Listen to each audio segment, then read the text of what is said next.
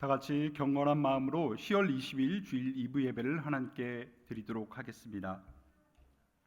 여호와여, 내 기도를 들으시며 내 간구에 귀를 기울이시고 주의 진실과 의로 내게 응답하소서. 주의 종에게 심판을 행하지 마옵소서. 주의 눈에는 의로운 인생이 하나도 없나이다. 아멘.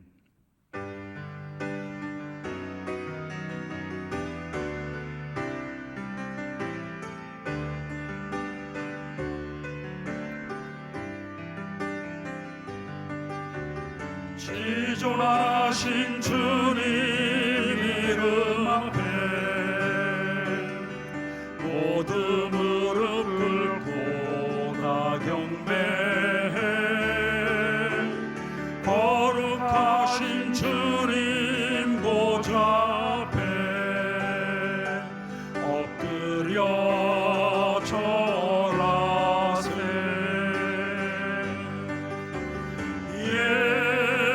예수는 그리스도, 예수는 주, 하나님의 영으로 경배드리리.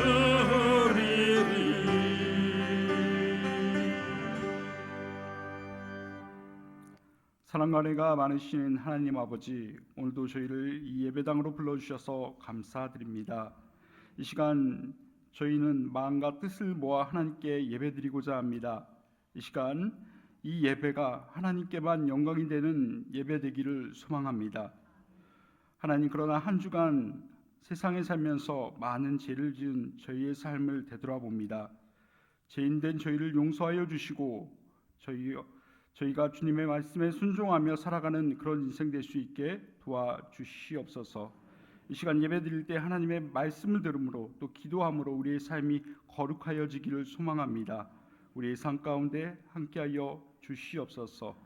이 예배를 통하여서 하나님 말씀 들을 때 말씀 전하시는 목사님에게는 성령의 충만함으로 지혜와 능력을 더하여 주시고, 성령께서 저희와 함께하여 주실 때 말씀 들음으로 말미암아 우리가 믿음의 눈을 뜨게 하시고, 또 하나님의 비전을 바라보며 또 말씀 들을 때 성령께서 우리의 귀를 열어주셔서 하나님의 음성 듣는 그런 예배 시간 될 수 있게 인도하여 주시옵소서. 저희 예배를 받아주시고 저희의 삶을 인도하여 주실 하나님을 믿고 감사드리며 예수님 이름으로 기도드립니다. 아멘.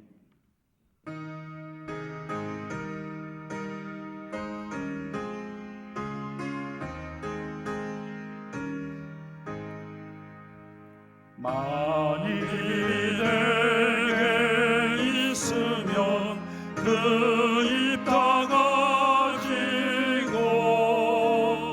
내 구주 주시는 종을 늘 찬송하겠네. 내 은혜로신 하나님 날 도와주시고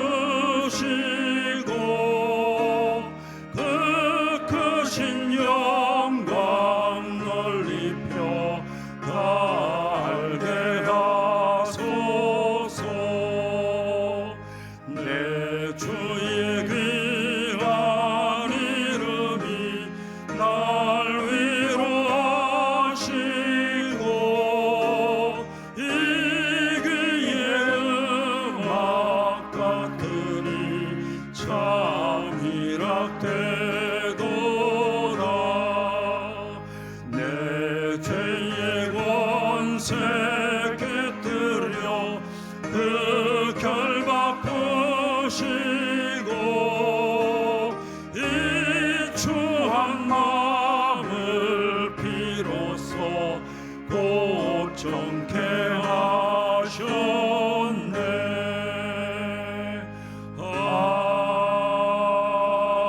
아멘.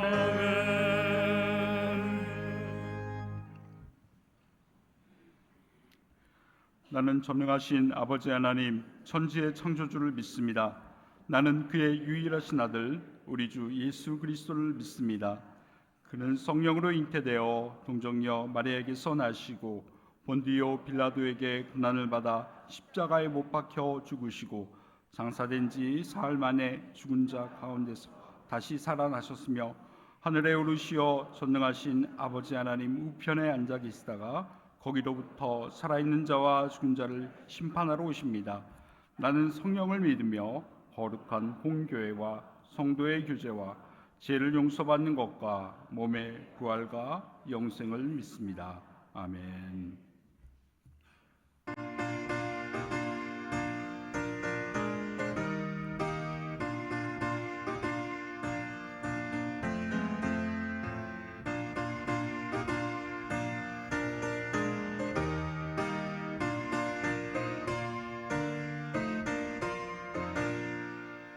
오랫동안 모든 죄 가운데 빠져 더럽기가 한량 없던 우리를 아무 공로 없이 구원함을 얻어 하나님의 자녀 지금 되었네.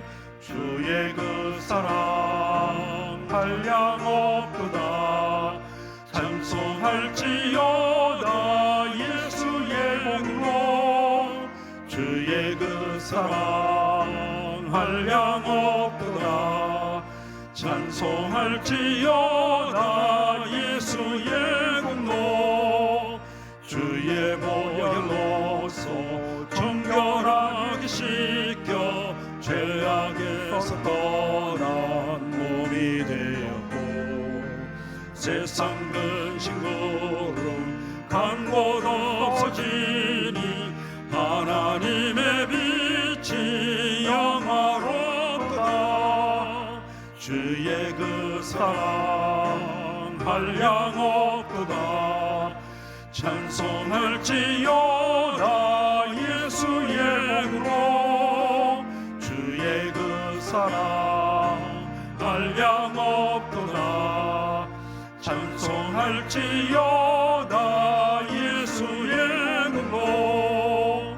죄의 깊은 잠과 든 세상의 꿈을 어서 깨어나라 나의 친구여. 은혜 받은 날과 구원 얻을 때가 지금은 세상에 선포되었네. 주의 그 사랑 한량 없도다. 찬송할지어다 예수의 공로. 주의 그 사랑 한량 없도다. 찬송할지어다 예수의 공로. 사랑과 은혜의 하나님 아버지, 오늘 저희 거룩한 주일을 허락하여 주시고 한량없는 은혜를 베풀어 주셔서 아버지 하나님 앞에 나와 예배할 수 있게 하시니 감사합니다.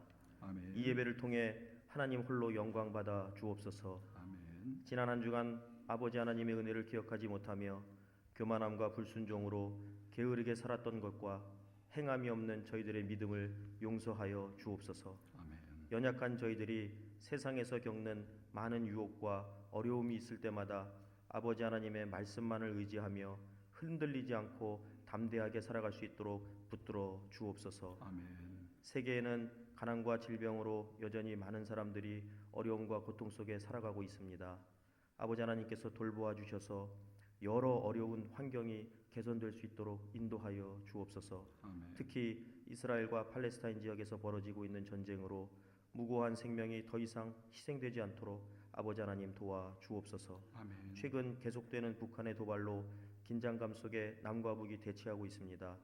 서로가 적대감과 불신을 버리고 화해와 대화의 길로 나아가게 하여 주옵소서. 아멘. 소망교회는 올해 사도행전의 역사를 이어가자는 표어 아래 4가지 실천 목표를 정하였습니다.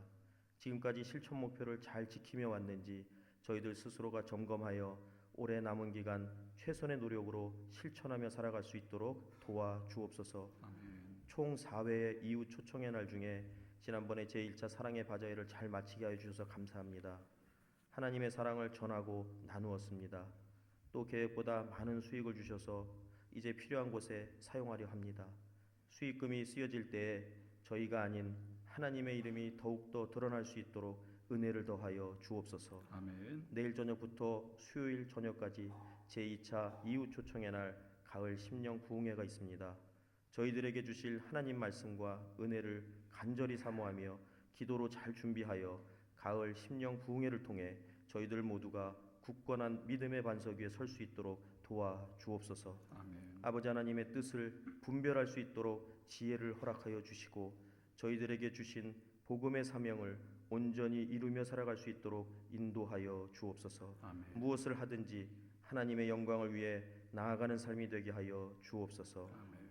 예수님의 이름으로 기도합니다. 아멘. 아멘.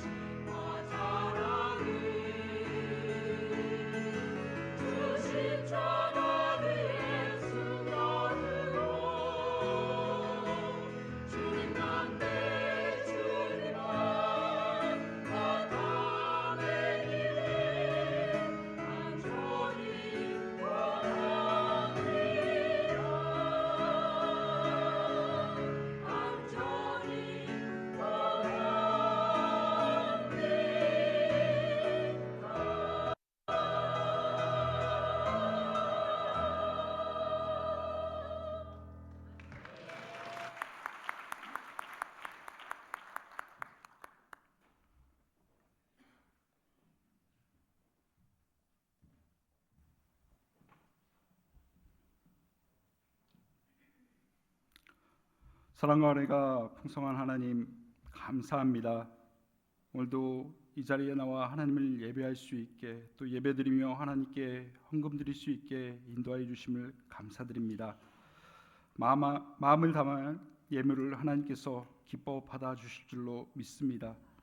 마음을 감찰하시는 우리 하나님, 우리의 마음 가운데 감사함을 보시고 그 상 가운데 더 큰 감사가 있을 수 있게 하나님 복내려 주시고 감사할 수 없는 그 상황에도 감사할 수 있게 우리에게 큰 믿음도 허락하여 주시옵소서.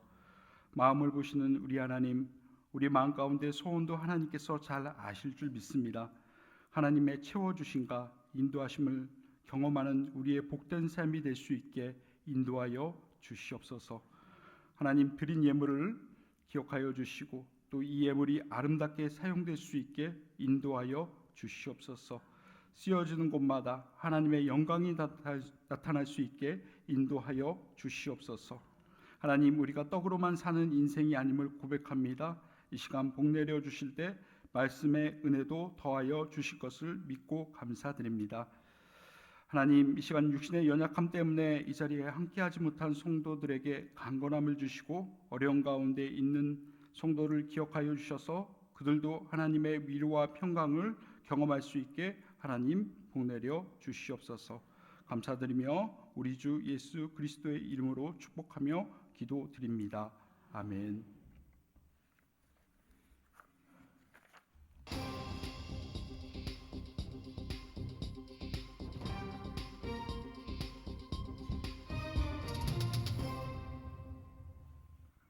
안녕하세요. 10월 셋째 주 소망 뉴스를 전해드리겠습니다. 첫 소식입니다. 사랑의 바자회 수익금이 총 2,782만 2,910원입니다. 전에 구제와 선교를 위해 사용하겠습니다. 감사합니다.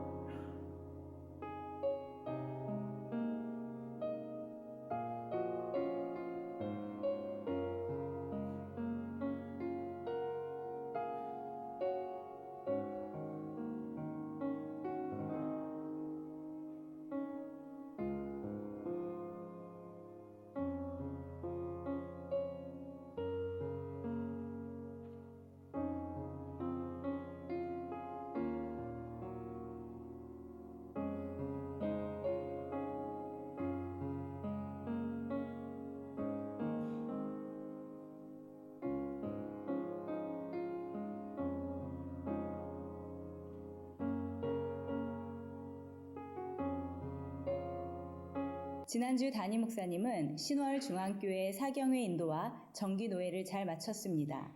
감사합니다. 담임 목사님은 22일 화요일에 월간 3호 세미나를 인도합니다. 은혜롭게 모든 것을 잘 감당하도록 기도 부탁드립니다. 총 4회를 걸친 이후 초청의 날 중에 3회가 남았습니다. 소망의 모든 식구들은 남은 심령 부흥회, 간증 집회, 추수감사절 축제 행사를 통하여 전도에 집중하여 살아가야 합니다. 모든 일에 적극적으로 동참하여 올해는 기필코 1인 1명 전도를 달성하도록 합시다. 제2차 이후 초청의 날 가을 심령 부흥회가 21일 월요일 저녁부터 23일 수요일 저녁까지 새벽 5시 30분, 저녁 7시 30분에 그레이스홀에서 있습니다. 강사는 갈멜산 금식기도원 조성근 담임 목사님입니다. 차량 운행도 있으니 모두가 참여하여 은혜 받으시기 바랍니다. 오늘 오후 2시에 목양실에서 당회가 있습니다. 다음 주일 2부 예배 후에 노년부 예배가 4층 영상 예배실에서 있습니다. 10월 26일 토요일 유아 유치부 연합 행사로 친구 초청데이가 오전 9시 30분부터 12시 30분까지 교회에서 있습니다. 1층 유치부실과 카페, 2층 유아부실에 실내 놀이기구를 설치하여 4세에서 7세 모든 아이들을 초청하는 부모님 동반 행사이오니 많은 참여와 기도 부탁드립니다. 11월 10일 청년부 주관으로 오전 9시부터 오후 4시까지 교회 앞에서 하반기 사랑의 헌혈을 합니다. 이웃사랑을 실천하는 기회가 되기를 소망하며 1층 게시판에 신청해 주시기 바랍니다. 2024년 표어는 사도행전의 역사를 이어가자입니다. 4대 실천 목표를 따라 삶으로 표어를 이룰 수 있도록 합시다. 이번 주 구역 인도자 줌 교육은 부흥의 관계로 없습니다.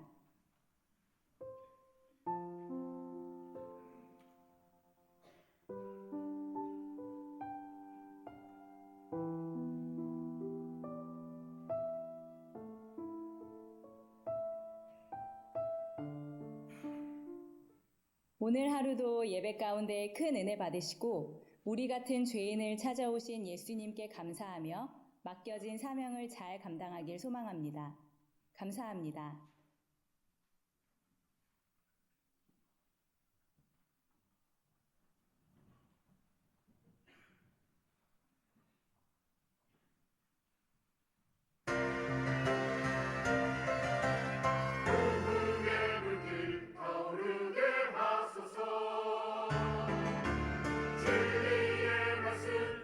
새롭게 하소서. 은혜의 강물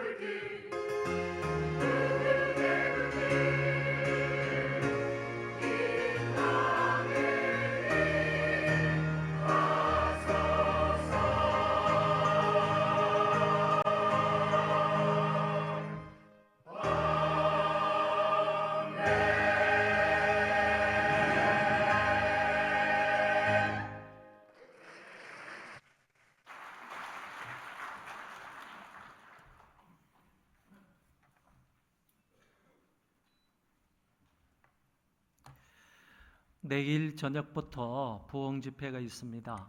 여러분들 기도하는 마음으로 그리고 사모하는 마음으로 다 참여할 수 있기를 바랍니다.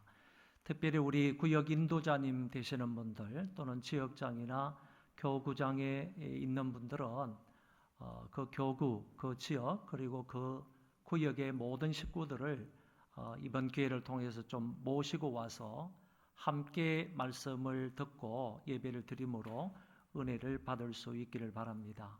이번 기회도 이웃 초청의 날로 정했기 때문에 여러분들 구역 식구들 최선을 다해서 모시고 와서 함께 예배드리고 은혜 받을 수 있도록 도와주시기를 바랍니다. 하나님 말씀 보겠습니다. 사도행전 22장 1절부터 30절인데 1절부터 11절까지만 봉독하겠습니다.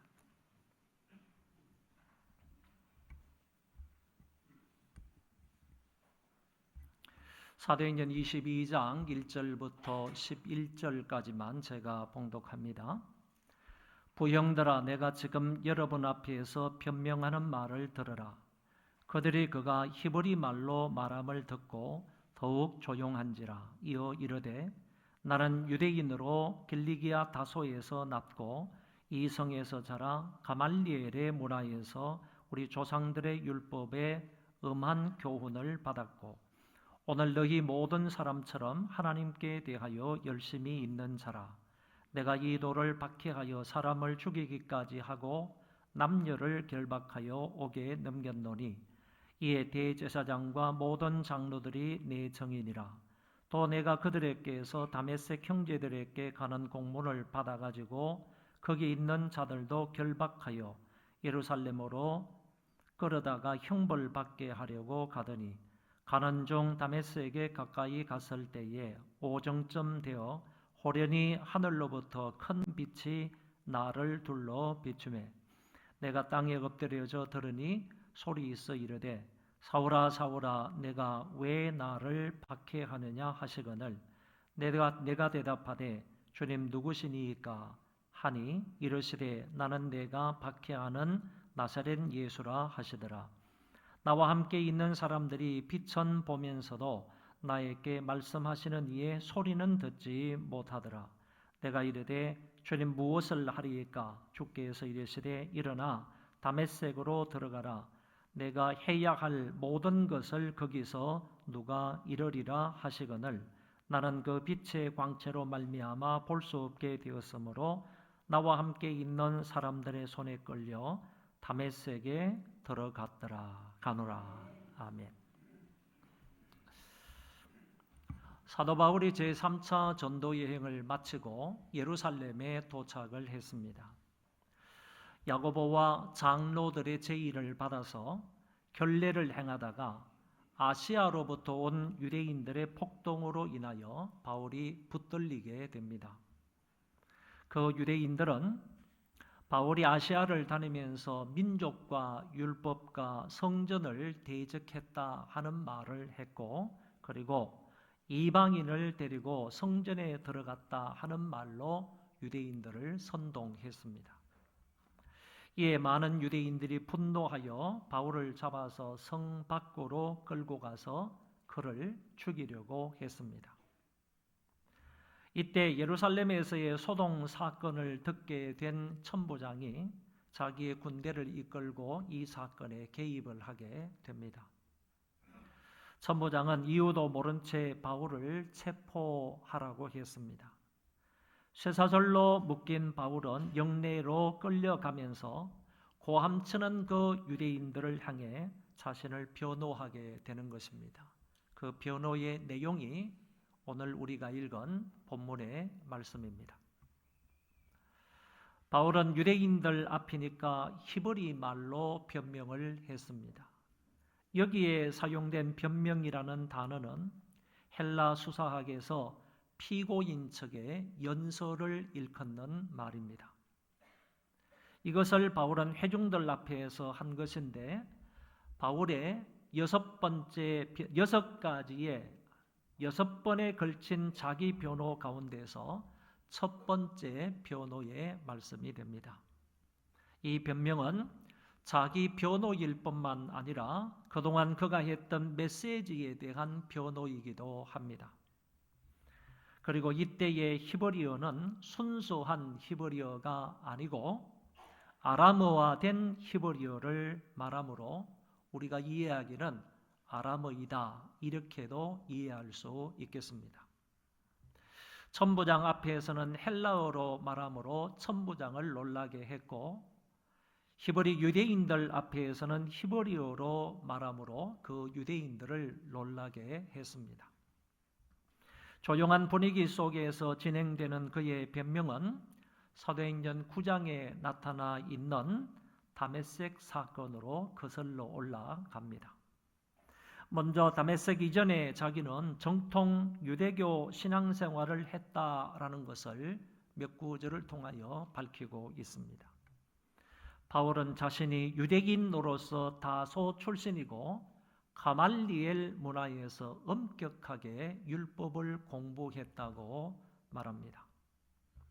힐렐의 손자 가말리엘은 당시 힐렐 학파의 대표로서 가장 존경을 받는 인물이었습니다. 심지어 가말리엘이 죽었을 때 많은 사람들이 그의 죽음을 슬퍼하면서 이렇게 말합니다. 율법의 영광이 떠났고 깨끗함과 거룩함이 죽었다.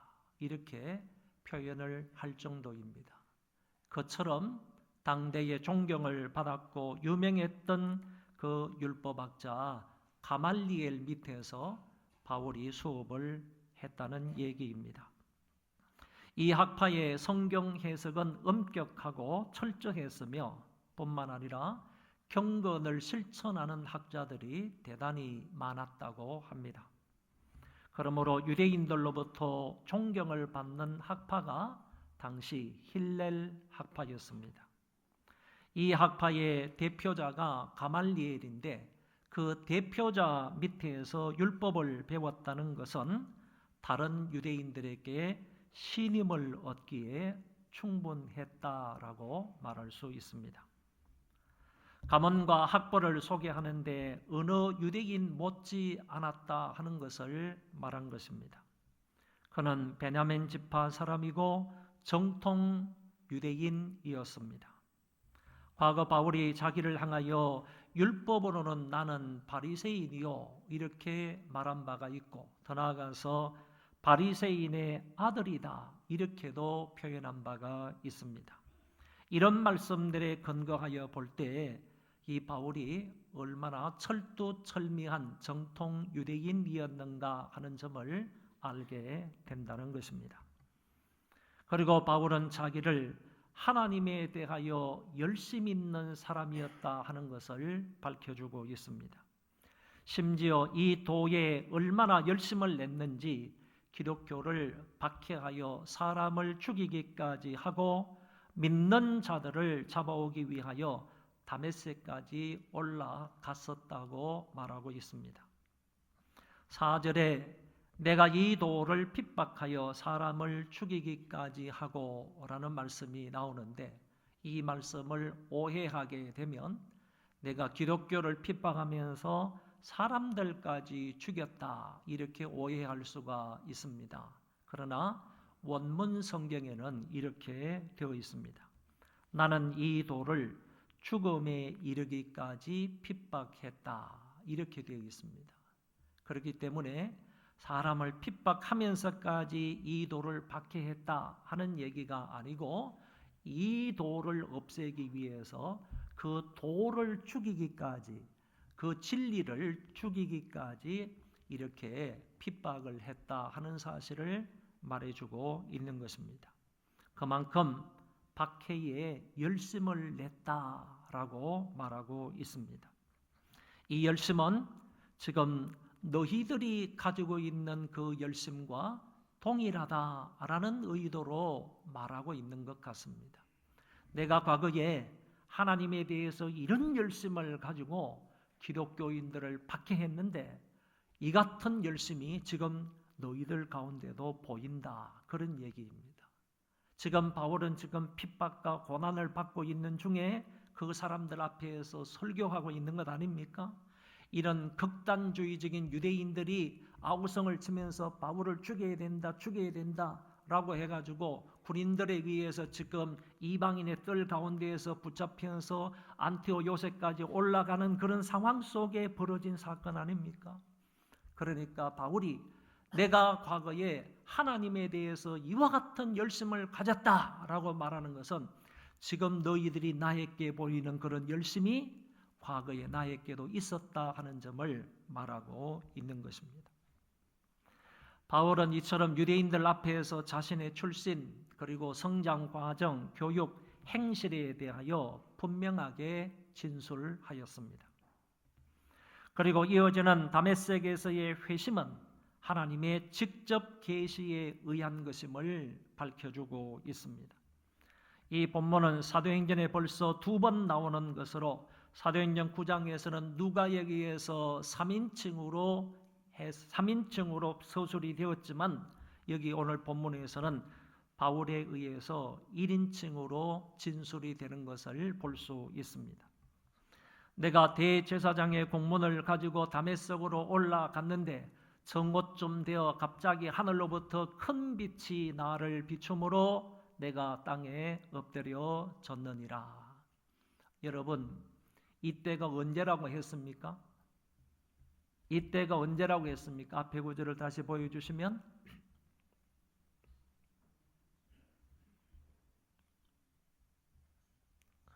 다메섹으로 올라가는데 정오쯤 되어 갑자기 하늘로부터 큰 빛을 내게 비추므로 정오쯤 되었다고 했습니다. 지금은 밝은 해가 떠 있다는 얘기입니다. 밝은 해가 떠 있는 상황 속에서 더 밝고 큰 빛이 하늘로부터 사울에게 비쳤다, 바울에게 비쳤다라는 얘기입니다. 여러분, 밝은 태양보다도 더 밝은 빛, 더 큰 빛, 그런 빛이 저 하늘로부터 바울에게 비쳤다 하는 사실을 말해주고 있는 것입니다. 다른 성경의 말씀에 보면 나는 내가 박해하는 예수라 라고 되어 있지만 본전에서는 나사렛 예수다라는 말을 추가하고 있습니다. 그래서 이 본문 말씀의 핵심적인 뜻은 바울 자기 자신이 부활하신 나사렛 예수 그리스도를 만났다. 이것이 바로 바울이 표현하고 있는 가장 핵심된 말씀이 되겠습니다. 그리고 본문 9절의 말씀하고 사도행전 9장 7절의 말씀이 약간 혼동스럽게 되어 있는 것을 볼 수 있습니다. 주의 깊게 잘 들어보시면 무슨 말이 혼동스러운지를 알 수 있습니다. 본문 9절의 말씀에는 나와 함께 있는 사람들이 빛은 보면서도 나에게 말씀하시는 이의 소리는 듣지 못하더라 이렇게 되어 있고, 사도행전 9장 7절에서는 같이 가던 사람들은 소리만 듣고 아무도 보지 못하여 말을 못하고 서 있더라 이렇게 되어 있다는 얘기입니다. 그래서 정리를 하면 본문의 여행자들은 빛은 보았으나 예수님의 소리는 듣지 못하였다 이렇게 말할 수 있고, 9장에 가서는 그들은 소리만 듣고 아무도 보지 못하여 말을 못하고 서 있었다 이렇게 표현할 수 있습니다. 그러니까 이 본문하고 사도행전 9장의 그 본문하고는 약간 차이가 있다라는 얘기입니다. 누가는 듣다라는 이 말의 동사를 무엇을 듣기는 들었는데 이해하지 못했다라는 의미로 사용을 했기 때문에 이 말씀만, 이 구절만 잘 이해를 한다 할지라도 이 문제는 쉽게 해결이 될 줄로 압니다. 그래서 밝은 빛은 다 보았습니다. 그렇지만은 주님께서 말씀하시는 소리의 의미는, 그 뜻은 다른 사람은 무슨 소리가 나기는 났지만은 그 의미를 알지를 못했다는 얘기고, 바울만큼 주님께서 말씀하시는 그 소리를, 그 의미를 잘 알 수 있었다, 이해할 수 있었다라고 해석을 할 수가 있습니다. 여러분에게 그림을 하나 보여드리겠습니다. 이 그림이 바로 이제 바울이 회심하는 장면을 그린 그림입니다. 또 다른 그림, 비슷한 그림인데 보면 저 앞쪽에 다메섹 도상이 있는 것을 볼 수 있어요. 다메섹 도상이 있는데 그 다메섹 성이 있는데 거기로 올라가는 그 길에서 밝은 빛, 지금 정오이지 않습니까? 사방 천지가 다 환하지 않습니까?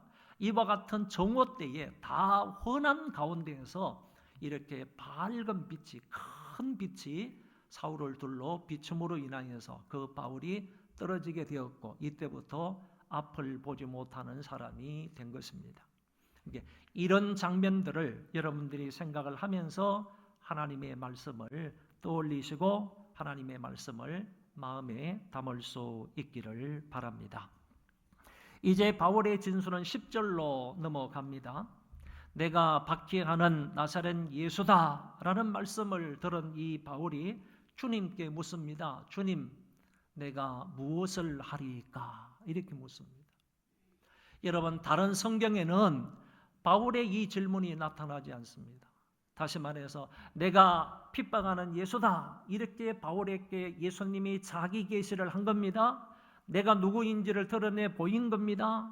네가 핍박하는 예수가 나다, 네가 핍박하는 예수다라는 것을 분명하게 얘기를 했습니다. 이때의 예수는요, 이미 돌아가시고 부활하시고 하늘나라를 성천하신 분입니다. 그러니까 부활하신 그 주님께서 하늘에 성천하셔서 그 하늘로부터 밝은 빛 가운데 바울에게 찾아오셔서 바울 자신에게 네가 핍박하는 예수다, 이거지, 예수다. 그 예수임을 그 바울에게 분명히 표현을 했을 때 바울이 엉뚱하게 질문을 이렇게 하는 거예요. 내가 무엇을 하리까? 이렇게 말하고 있는 거예요. 그럴 때 주님께서 말씀을 하시는 겁니다. 다메섹으로 올라가면 너에게 네가 무슨 일을 해야 할 것인지를 가르쳐 줄 사람이 있다. 주님께서도 분명히 바울에게 이 말씀을 하실 수가 있습니다. 내가 너를 택하여서 이방인의 사도로 세웠다. 아니 이방인에게 사도로 보낸다. 얼마든지 그를 부르심과 부르심의 목적에 관해서 설명할 수가 있으셨지만은 주님께서는 다메섹으로 올라가면 네가 무엇을 해야 할 것인지 네가 해야 할 일에 관하여서 말해줄 누가 있을 거다. 이렇게 말씀을 해 주셨다는 것입니다. 그리고 나는 그 빛의 광채로 인하여 눈이 멀어 볼 수가 없어서 다른 사람들의 손에 이끌려 다메섹으로 들어갔다. 이렇게 말씀을 합니다. 14절부터 말씀을 또 보면 그때 다메섹으로 올라갔을 때 아나니아라는 사람이 만나게 되고 아나니아라는 사람을 만나게 되고 그 아나니아가 바울에게 이렇게 말한 것이 14절 이하에 나타나고 있습니다. 우리 조상들의 하나님이 너를 택하여, 하나님이 너를 택하였다고 그랬습니다. 하나님이 너를 택하였다. 너로 하여금 자기 뜻을 알게 하시며 네가 하나님의 뜻이 무엇인지를 알게 하실 것이다. 그리고 이 의인을 보게 하시고, 의인은 주님이죠. 밝은 빛 가운데 나타나신 예수 그리스도이시죠. 그 의인을 보게 하시고 그 입에서 나오는 음성을 듣게 하셨으니 음성을 분명히 들었습니다. 내가 그를 위하여 모든 사람 앞에서 내가 보고 들은 것의 증인이 되리라. 네가 본 것, 네가 들은 것, 이 모든 것에 그분의 증인이 되기 위하여서 너는 바울이 선택함을 받았다. 하나님의 선택함을 받았다. 이렇게 말씀하고 있습니다. 바울이 회중들 앞에서 이 이야기를 하는 중요한 이유는요, 자신이 부활하신 그리스도로부터 사명을 받은 것이 경건한 유대인이었던 아나니아의 입술을 통해서 전달이 되었기 때문이라는 것입니다. 그러니까 예수님으로부터 얼마든지 당신의 부르심과 나에게 주신 사명에 대해서 말씀을 들을 수 있지만은 지금 이 당시에는 바울이 누구로부터 하나님의 부르심과 부르심의 목적에 대해서 설명을 듣는가 하면은 경건한 유대인이었던 아나니아를 통해서 듣게 된다는 얘기입니다. 지금 유대인이 내가 지금 유대인으로서 어떻게 지금 살아왔는지, 어떤 일이 있었는지 그 과정을 이 과격한 유대인들 앞에서 설명을 하고 있는 것입니다.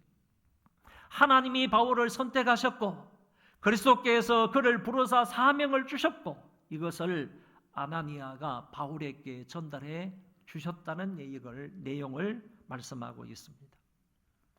이어서 바울은 다메섹 이후의 이방 전도도 주님의 직접적인 계시에 의한 것임을 변호하였습니다. 다메섹 사건 이후에 바울이 아라비아 광야로 가서 3년 동안 지나게 됩니다. 잘 보세요. 이때 변화가 된 이 사도 바울이 다메섹 도성에 올라갔어요. 거기에서부터 곧장 예루살렘으로 다시 되돌아가는 게 아니에요. 아라비아 광야에서 3년 동안 지내는 거예요. 그리고 난 이후에 3년이 지나고 나서 예루살렘 성전을 방문하는 거예요. 보세요. 그때 성전에서 기도를 하는데 주께서 속히 예루살렘을 떠나라. 그들은 너의 증언을 듣지 아니하리라. 이렇게 말씀을 하셨다는 겁니다. 그때 예수님이 이 바울이 또 변명을 합니다. 이렇게 얘기를 합니다. 내가 주여 주를 믿는 사람들을 가두고 또 각 회당에서 때리고 또 스데반이 피를 흘릴 때에 내가 곁에 서서 찬성하고 그 죽이는 사람들의 옷을 지킨 줄 그들도 알고 있는데 유대인들도 알고 있다는 거예요. 알고 있는데 내가 내 증언을 저들이 믿지 않는단 말입니까? 이렇게 바울이 얘기를 하고 있는 것입니다. 주님이 나더러 말씀하시기를 떠나가라. 저들이 너의 말을 듣지 않으리라. 너는 멀리 이방인에게로 가라. 이렇게 말씀하시는 것이 성경에 나타나고 있습니다. 나를 내 민족을 떠나 이방인들에게 복음을 전하라고 보내신 것은 주님이라는 것입니다. 그런데 여기에 해결해야 할 한 가지 문제가 있습니다. 그것은 사도행전 9장에서는 바울이 그리스도인의 형제들의 충고를 받고 예루살렘을 떠났다고 되어 있지만은 오늘 본문에서는 기도하는 가운데 예수님께서 나타나셔서 예루살렘을 떠나서 이방인에게로 가라고 주님이 명령을 하셨다는 데 있습니다. 그러니까 어떤 성경에서는 형제들이 자기에게 찾아와 가지고 빨리 예루살렘을 떠나세요. 예루살렘에 있는 유대인들이 당신의 말을 듣지 않습니다. 빨리 떠나세요. 이렇게 말을 했다고 한 반면에 오늘 본문에서는 예루살렘 성전에 가가지고 기도를 하는데 예수님께서 직접 환상 중에 나타나셔서 야, 네 증언을 이 사람들이 듣지 않는다. 그러므로 빨리 예루살렘을 떠나서 이방인들에게 가라. 이렇게 예수님이 직접 말씀을 하셨다고 하심으로 이 두 본문 사이에는 약간 차이점이 있다는 것입니다. 이거는 두 개 다 사실이다 이렇게 이해를 하시면 됩니다. 예루살렘에 갔을 때 3년 만에 예루살렘을 방문하는 거 아닙니까? 예루살렘을 방문했을 때 주위에 있는 많은 그리스도인들이 당신의 말을 유대인들이 믿지 않으니까 빨리 예루살렘을 떠났으면 좋겠습니다. 이렇게 말을 한 것이 사실이고요. 더 나아가서 이 바울이 예루살렘 성전에서 기도했는데 그때 역시 주님께서 나타나셔서 이 말씀을 동일하게 하셨다라고 볼 수가 있겠습니다. 그 다음 마지막 부분에서는요, 바울이 성난 군중들 앞에서 연설을 한 결과를 적고 있습니다. 다시 말해서 바울의 연설을 들은 청중들의 반응을 보여주고 있다, 그런 얘기입니다. 우선 숨을 죽이며 바울의 말을 듣고 있던 청중들이 순간적으로 극도의 화를 냅니다. 성경을 보시면요, 이 말하는 것까지 그들이 듣다가 어떤 말까지 들었는지는 모르겠어요. 이 말하는 것까지 그들이 듣다가 소리질러 이르되 이러한 자는 세상에서 없애버리자 살려둘 자가 아니라 하여 떠들며 옷을 벗어던지고 티끌을 공중에 날리니 그랬습니다. 이 말하는 것까지에서 청중들은 무슨 말까지 듣고 난 이후에 극도로 격분을 했느냐라는 것입니다. 그것은 주님이 바울을 이방인에게로 보냈다 하는 말까지 듣고 난 이후에 이들이 이렇게 반응을 보였을 것 같습니다. 다시 말해서 여기 유대인들은 내 말을 안 들을 거니까 이방인에게로 가라. 주님이 이렇게 말씀하셨다고 그랬지 않습니까? 유대인들은 너의 말을 안 들을 거라는 거예요. 유대인들은 너의 말을 안 들을 거니까 너는 이방인에게로 가라. 이것을 주님이 말씀하셨다고 하는 요 말까지 듣고 나서 유대인들이 그냥 확 변해가지고 돌아서 격분했지 않았는가라는 얘기입니다. 우리가 이렇게 율법에 열심히 있는 사람들인데, 그리고 아시아에서 우리가 이곳까지 왔는데, 유럽에서 온 사람도 있는데 뭐 하기 위해서요? 오순절을 지키기 위해서 이렇게 열심을 내서 세계 각지에 흩어져 있던 유대인들이 이곳에 모여서 오순절을 지금 지키고 있으며, 그렇게 먼 거리에서 찾아와서 하나님을 예배하고 하나님 앞에 예물을 드리는데 우리가 하나님의 말씀을 듣지 않는다고 하니까 이 말에 유대인들에게 화가 났던 것입니다. 저런 사람을 살려둘 필요가 없다라는 뜻에서요, 자기 옷을 벗어서 바울에게 던지는, 그리고 티끌을 공중에 날렸다고 했습니다. 이는 바울의 연설에 대한 심각한 저항을 상징적으로 표현하는 행동입니다. 만약에 이 주변에 돌멩이라도 있었으면요, 그 유대인들은 돌멩이를 들고 사도 바울을 향해서 던졌을 것입니다. 돌을 들지 않는 것만 해도요, 바울에게는 천만다행이었다고 생각합니다.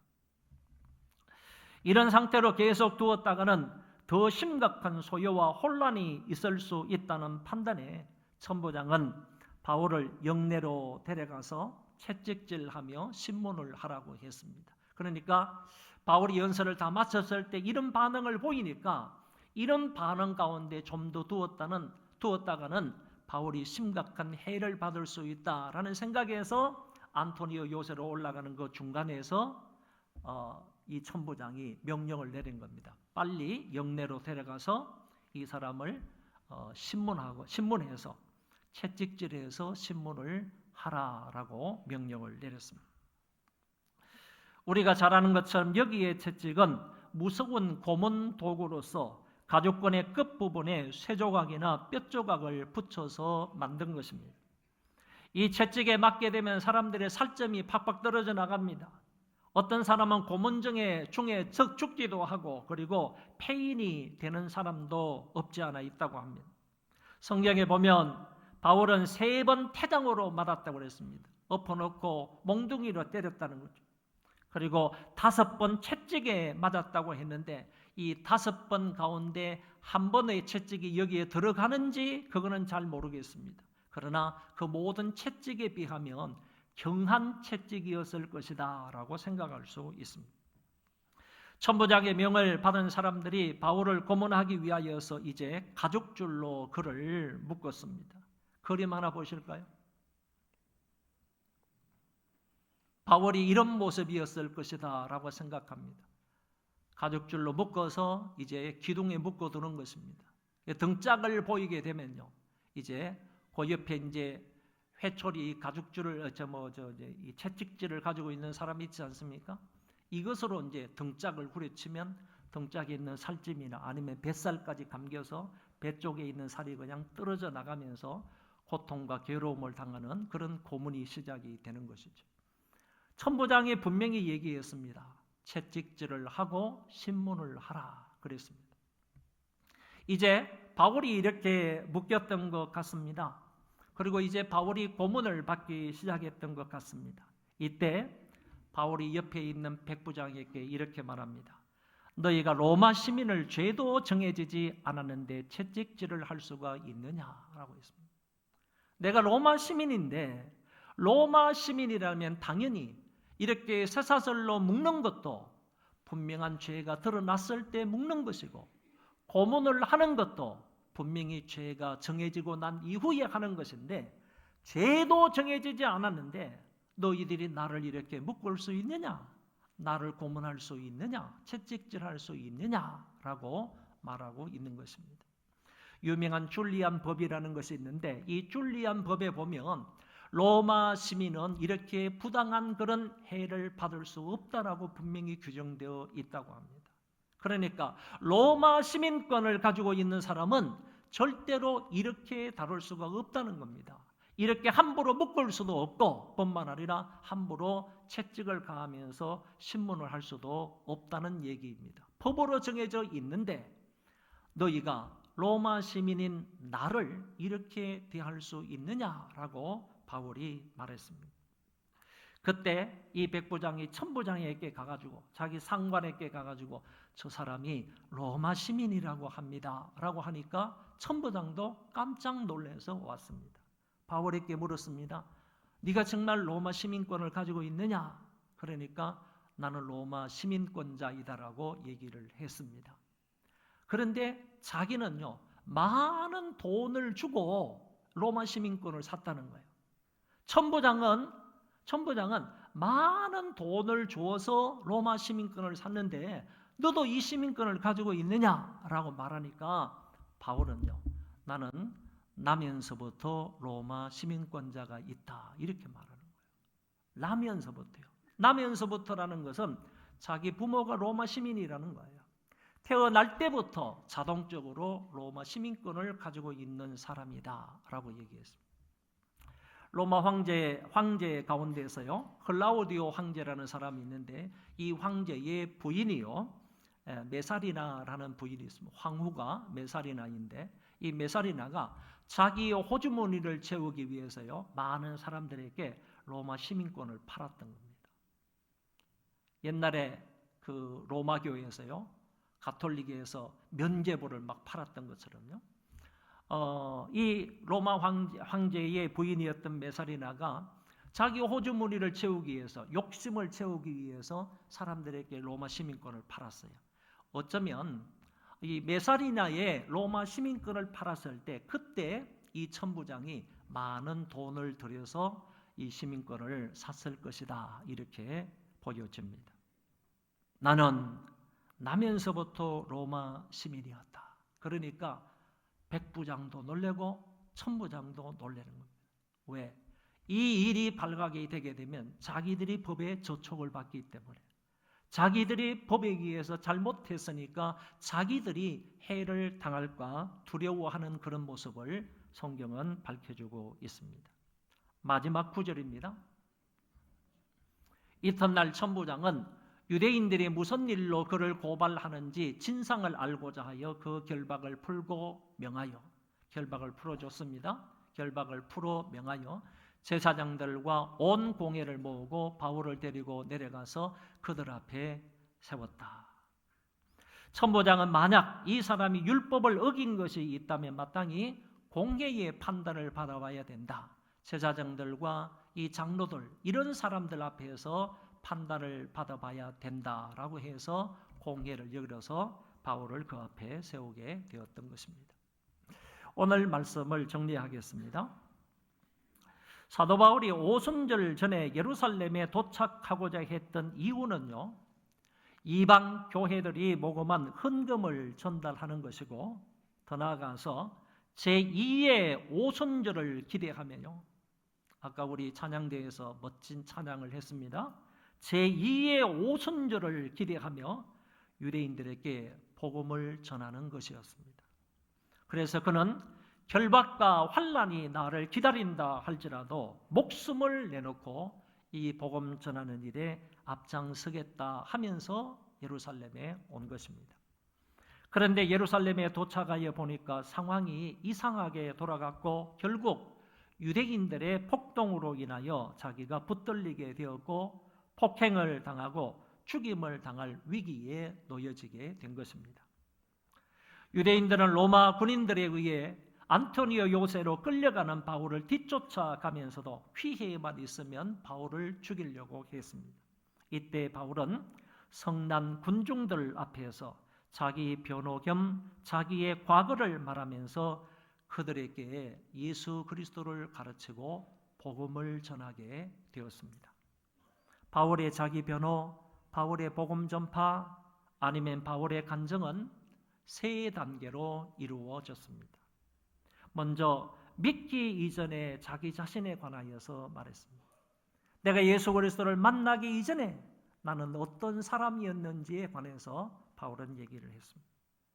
다음은 어떻게 해서 내가 예수 그리스도를 만나게 되었는지, 바꾸어 말하면 주님이 어떻게 나에게 찾아오셔서 나에게 구원을 주셨는지, 이 부분에 관해서 두 번째 단계에서 말하고, 세 번째 단계에는 그렇게 해서 믿고 난 이후에 나는 어떤 사람이 되었는지 이렇게 세 단계에 걸쳐서 그들에게 복음을 말했습니다.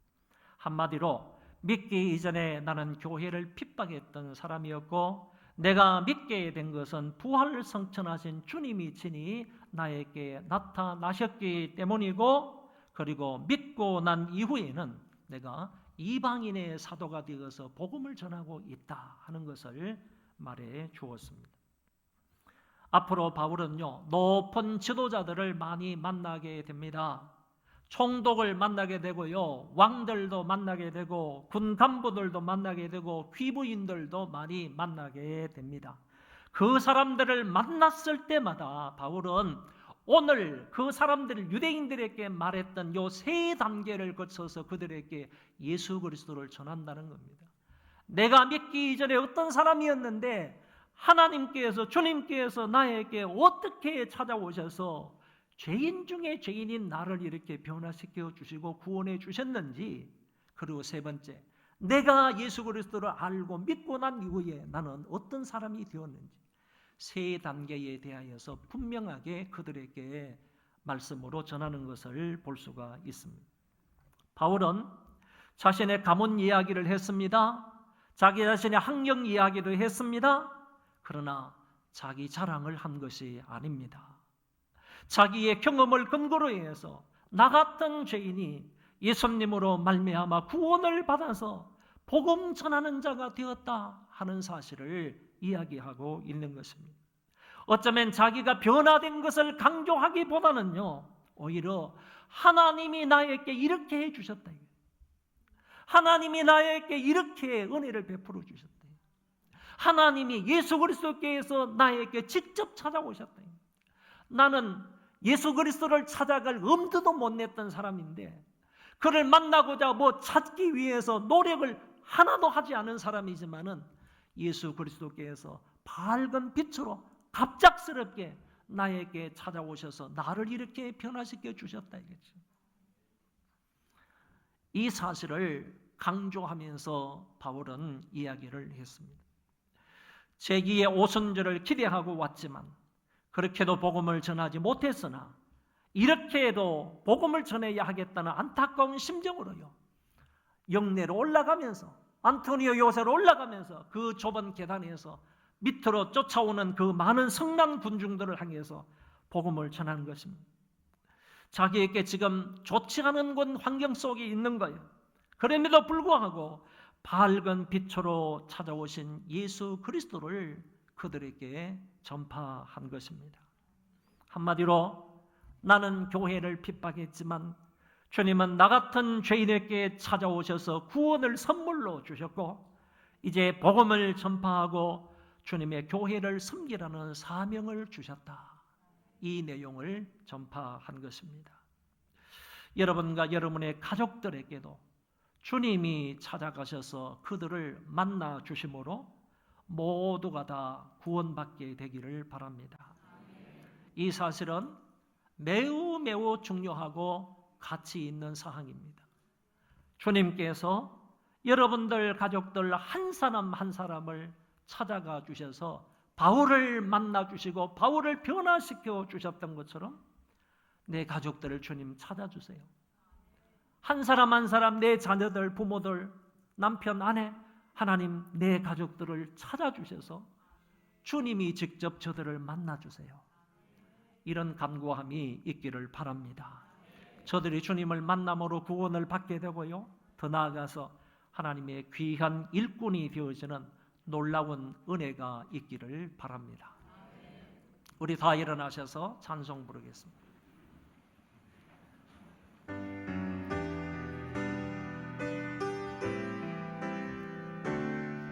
1절 마지막 절 찬송합니다. 나 같은 죄인 살리시 주 은혜 놀라워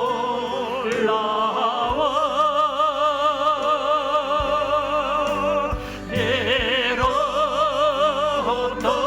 생명 참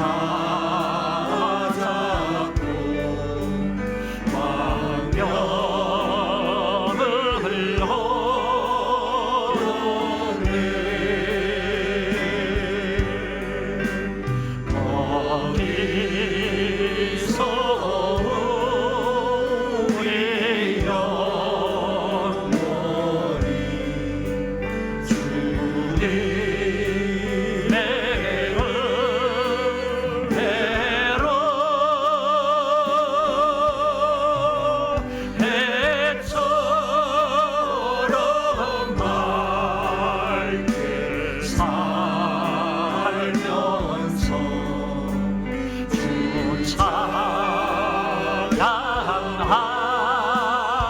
한 번 더 1절만 한 번 더 부르겠습니다. 나가 늙은 죄인 살리시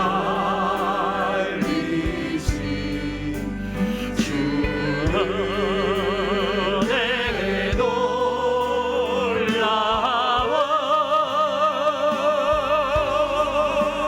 예로운 생명 찾아도 명을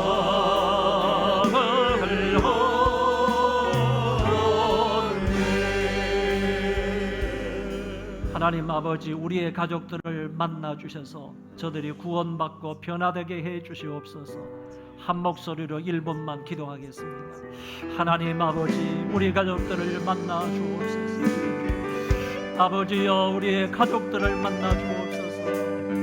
한 사람 한 사람을 만나 주옵소서. 한 사람 한 사람을 찾아가 주시옵소서. 아버지여, 저들을 찾아가셔서 만나 주옵소서. 하나님 아버지, 찾아가셔서 만나 주시옵소서. 찾아가셔서 만나 주시기 원합니다.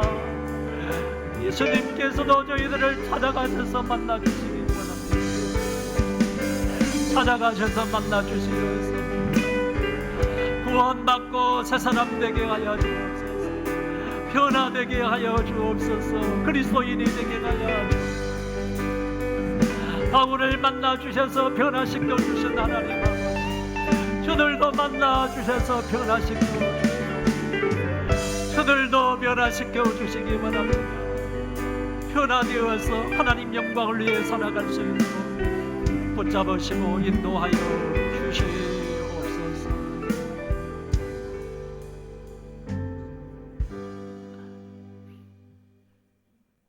바울을 만나 주셔서 바울을 변화시켜 주신 밝은 빛이 되신 우리 주 예수 그리스도의 은혜와 하나님 아버지의 그 만극하신 사랑하심과 성령님의 위로교통 역사 충만하심이 이 말씀을 듣고 가는 모든 형제 자매들 머리머리 위에와 저의 자손 만대 위에와 이 나라 이 민족과 세계에서 믿음을 지키는 형제 자매들과 특별히 고난과 전쟁과 삶의 위기 가운데 있는 고통 가운데에서도 믿음을 지키며 하나님 여호와를 바라며 예수 그리스도를 갈망하고 있는 모든 형제 자매들 머리 위에 이제로부터 영원토록 함께 있을지어다.